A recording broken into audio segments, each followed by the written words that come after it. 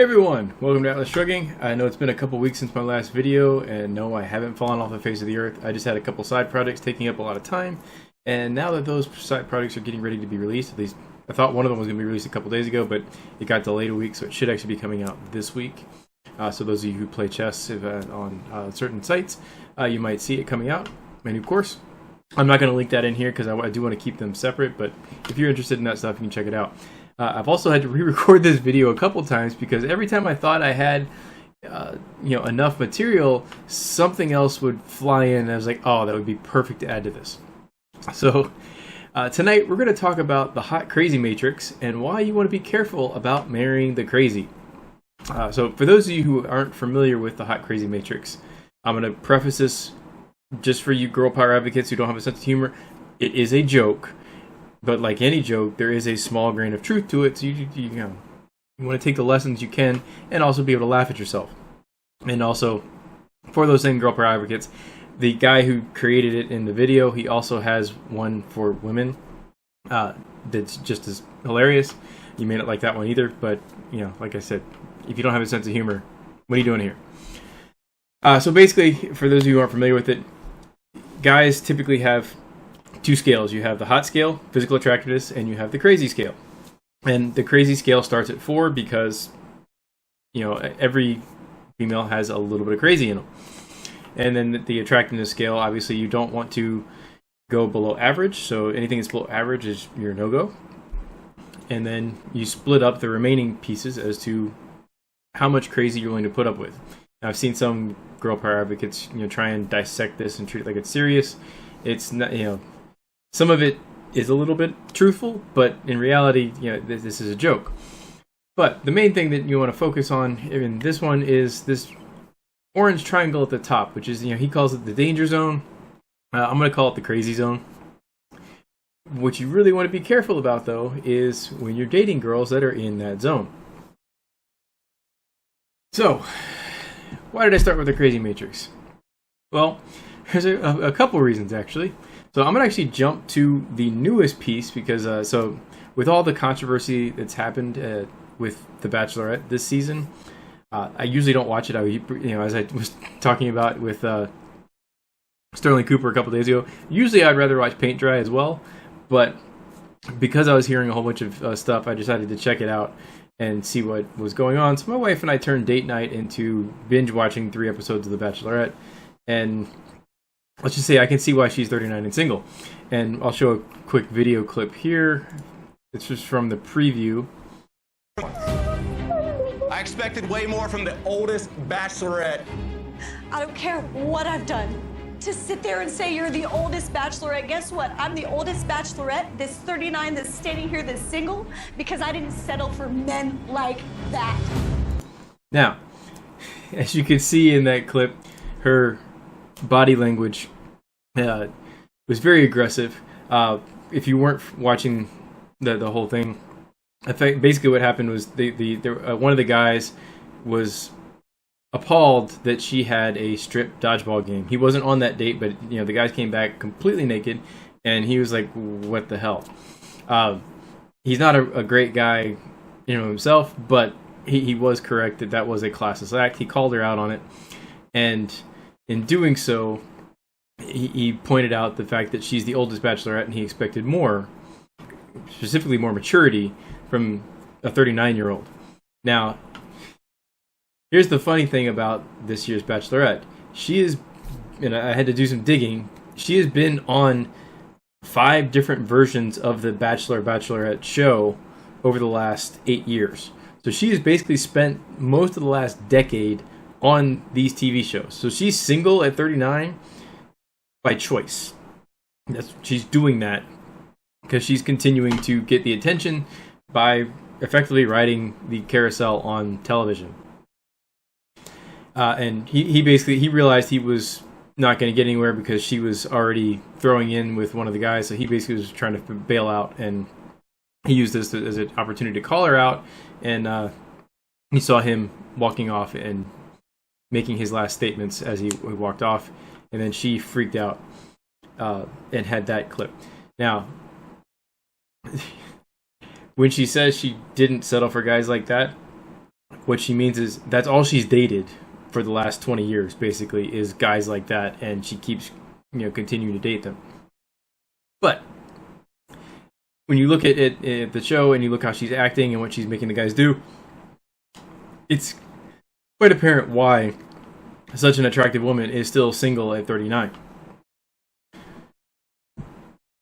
And then she actually is in the next episode that's coming up this week, is going to get replaced because she fell in love, quote unquote, with one of the guys like very quickly and basically didn't want to continue with the show and just wanted to go hook up with him.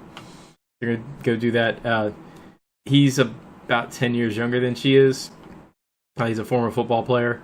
And honestly, I would be surprised if they last 6 months.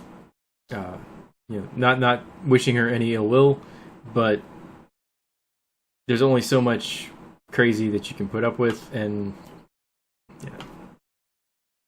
So, the other thing that came up, and this one came up today, is they announced Johnny Depp losing his libel case against his ex-wife. Or actually, against the Sun about what they said about him and his ex-wife. And I'm not going to go into details on this case. There's enough blame to go around, but for both of them, he never should have married her. She is crazy as they come. And yeah, I mean, when your wife either poops or has somebody poop on your bed and leaves it there for you,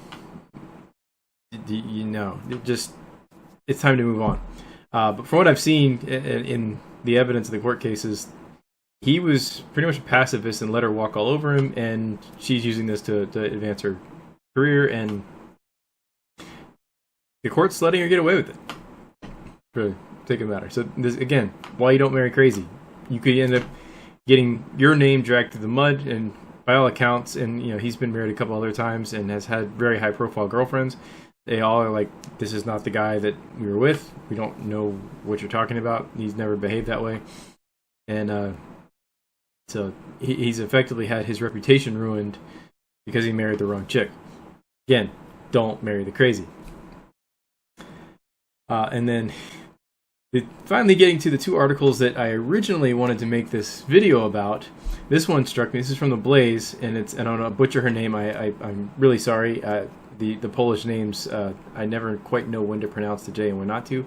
I believe it's Ratajkowski. It's pregnant supermodel Emily Ratajkowski says that she and her husband won't know the baby's gender until our child is 18, and they'll let us know then. How very woke. And she wrote an essay in Vogue magazines, and they're putting on the highlights. I'm not going to read the whole article from Vogue. This is just the wonderful highlights that The Blaze is kind enough to pull out for us. This has become standard fare for leftist celebrities to proclaim they are letting their children choose their genders, and pregnant supermodel Emily Ratajkowski is the latest, writing in Vogue that she and her husband won't know the gender of their baby until our child is 18, and they'll let us know then. She added in her essay, I like the idea of forcing as few gender stereotypes on my child as possible. I'm going to have a hard time getting through this paragraph without breaking it up because it reeks of somebody who's never had a kid and has never interacted with a kid under the age of 5 for any length of time. So when their child is born, they will learn very quickly. But it will continue here. She doesn't like that we force gender-based preconceptions on people, let alone babies. I want to be a parent who allows my child to show themselves to me. Again, if you let a child show themselves to you, quote unquote, you're going to be walked all over. They're going to be spoiled all to hell. And frankly, you're going to have a household that, is crazy, especially if they're a boy. But again, they won't know if it's a boy until they're 18. So they're going to have a Volkswagen for 18 years before it tells them that it's a boy or girl or something else, apparently. And yet I realize that while I may hope my child can determine their own place in the world, they will, no matter what, be faced with the undeniable constraints and constructions of gender before they can speak or hell even be born. Yes, that biology is a thing. You know, it tells you what you will be before you're born. That's kind of how DNA does. Indeed, the woke pronoun thing is primed and ready to go. She acknowledges that she's asked her husband, actor producer Sebastian Bear McLeod, I guess that's how you say that. I don't know what he's been in. I don't recognize his name. If he wants a boy, and that he refuses to give me an answer. Well, yeah, it's a poop test, and he's gonna avoid that at all costs. Swearing that he doesn't have a preference. Of course, he has a preference. He wants a boy. But one Sunday, he's watching football and makes a remark about how it'd be fun to have a little boy to watch with. Not so much a little boy to watch with, because they aren't really going to sit down and watch the game, and probably until they're around 10, 11, 12 years old.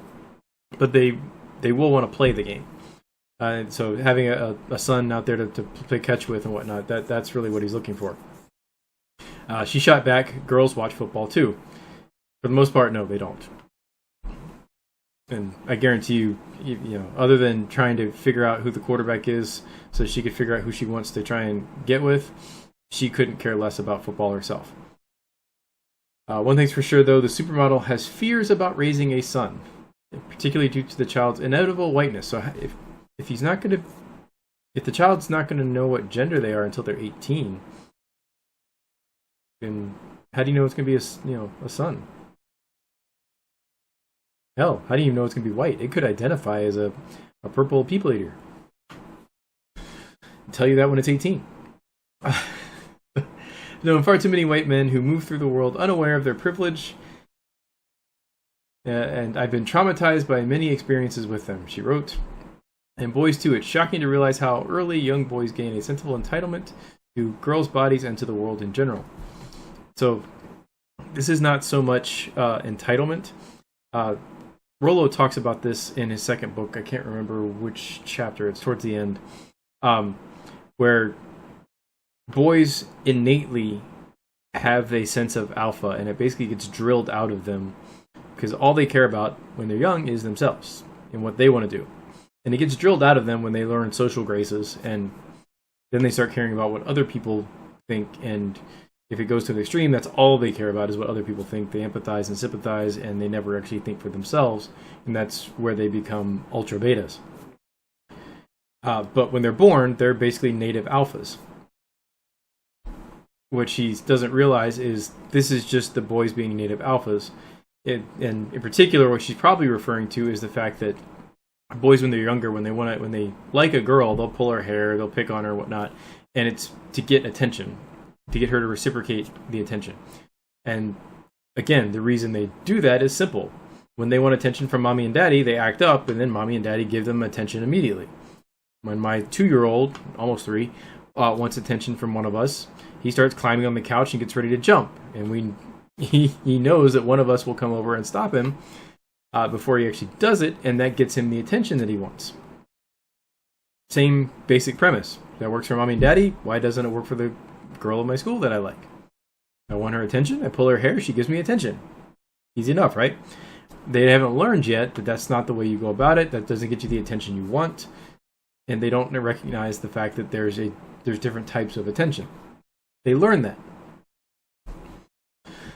Yeah, so moving on, she continues, I'm not scared of raising a bad guy, as many of the men I've known who abuse their power do so unintentionally. This is not possible.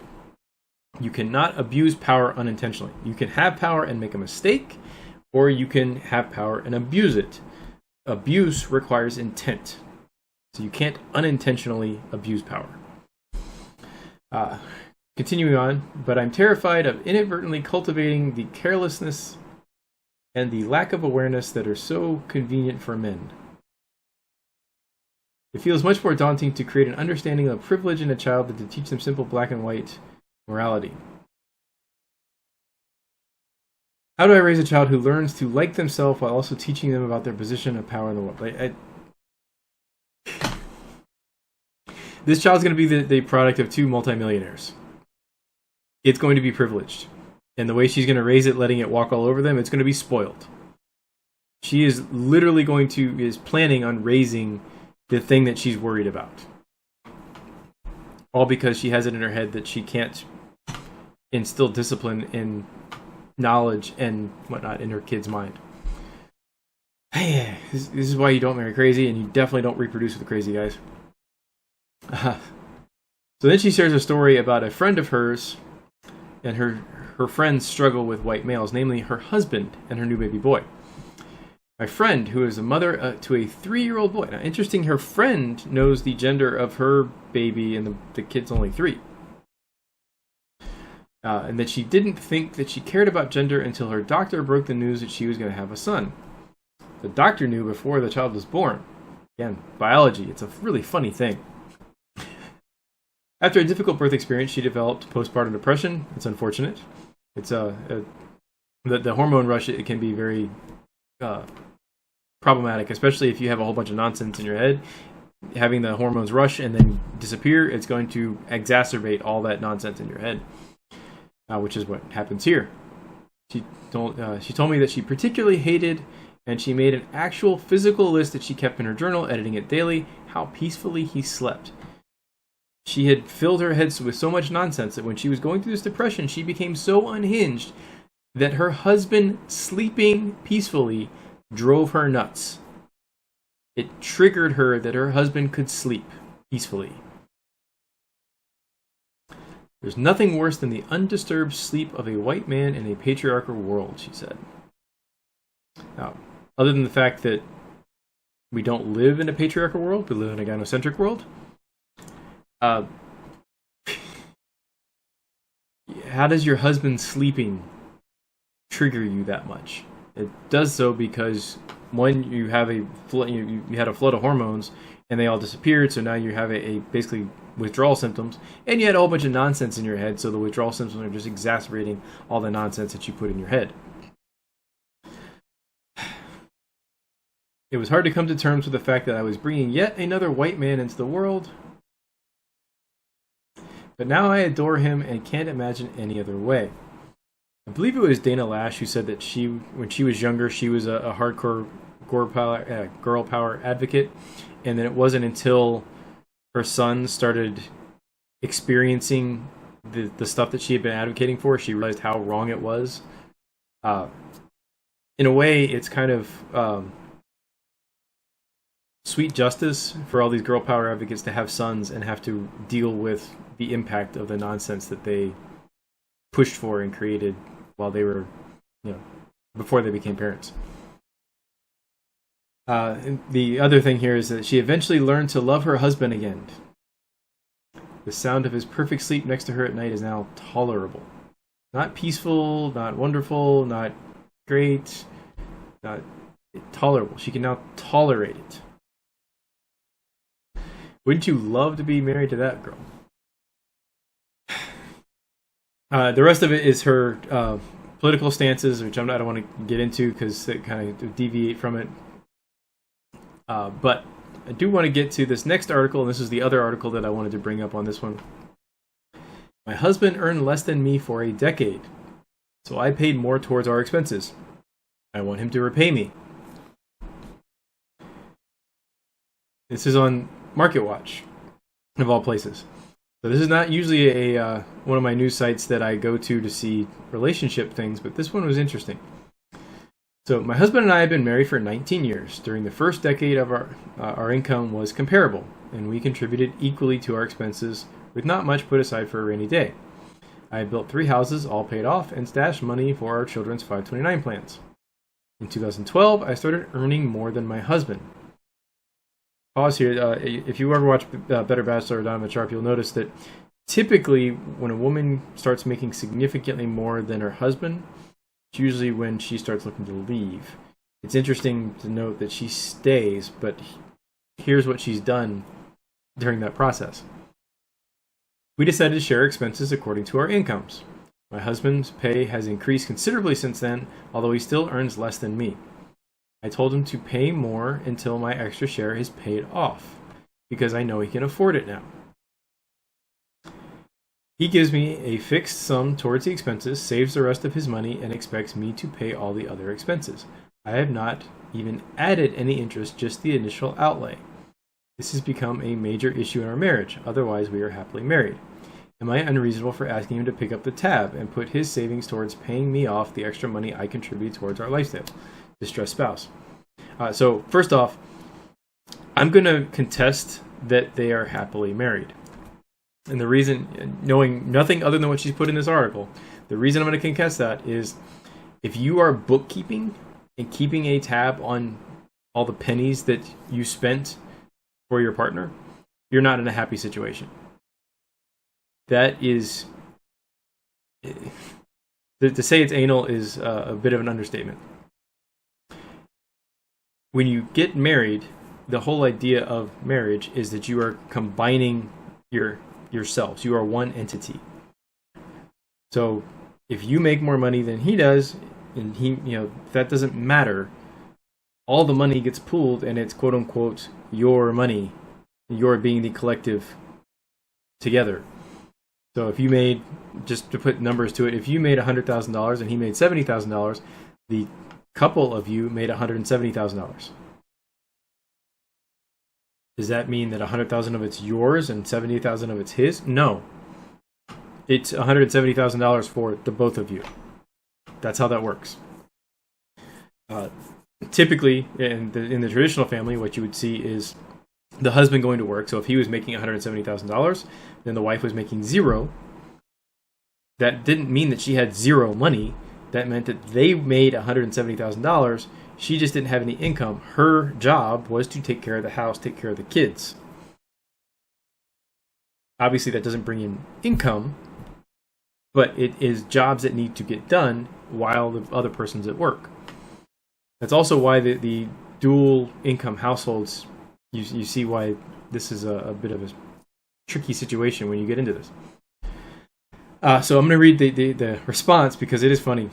But note that my thing is, if you are bookkeeping your spouse, what are you doing? Like, you don't see guys who work with their wife staying at home counting every cent they make and saying, yep, well, I made $100,000 this year, you made none, so here's the tab for your half of the bill, and racking the IOUs up.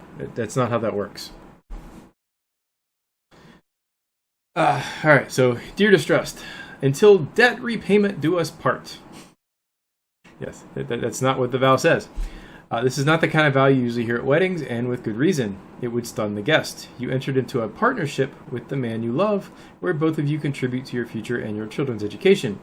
You do this in the hope that one day you can both look back on your life and perhaps enjoy your grandchildren and feel the warmth of your memories in many years of marriage. I don't think either of you signed up for a marriage of bookkeeping.